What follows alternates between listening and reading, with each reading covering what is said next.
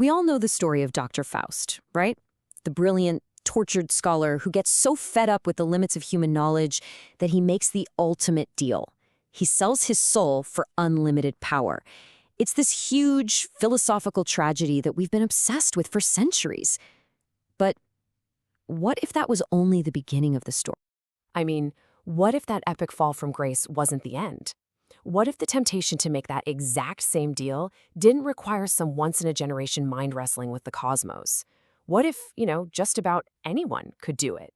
Well, that's exactly the question that a long-forgotten sequel from 1593 asks.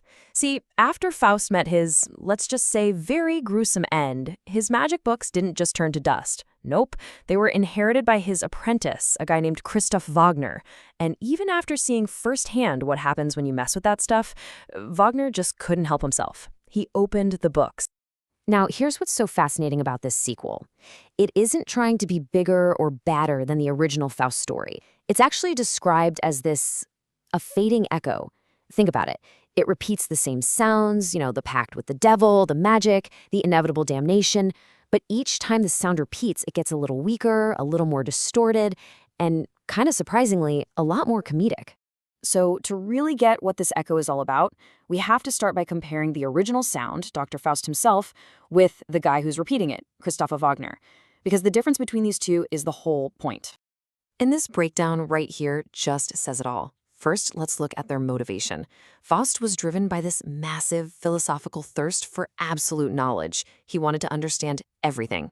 Wagner? He just wanted to be like his old boss. Pure imitation. Now, what about their character? Faust is this grand, tragic hero.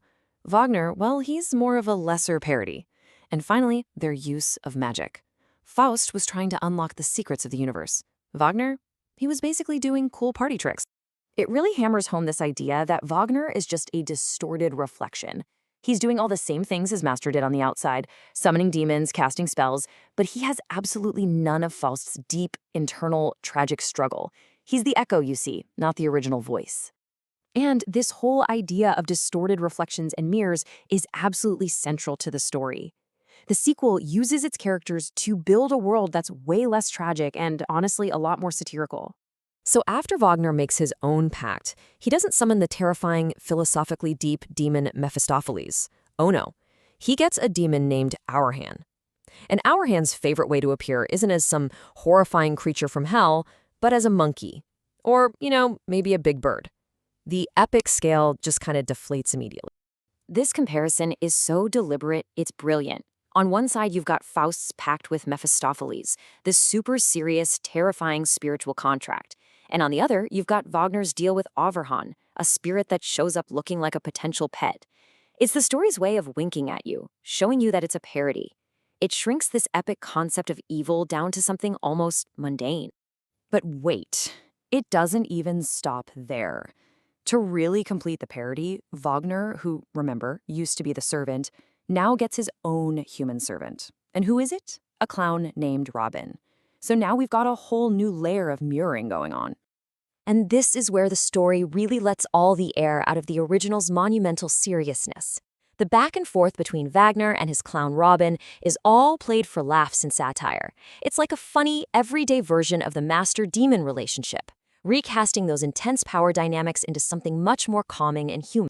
So what's the endgame with all these mirrors? Well, they're doing three key things. First, they create a satirical parody, turning this epic tragedy into more of a worldly comedy. Second, they give us a sense of diminished grandeur, bringing the scale of evil down to something we can almost relate to. And finally, they show this repetition of hierarchy, how power and temptation just keep repeating, from master to servant, to that servant's servant, and on and on. Okay, so if the whole story is a comedy, a parody, then what's the point? Why should we care about this forgotten sequel? Well, because hiding underneath all that satire is an absolutely deadly serious warning. Because here it is, the crucial takeaway.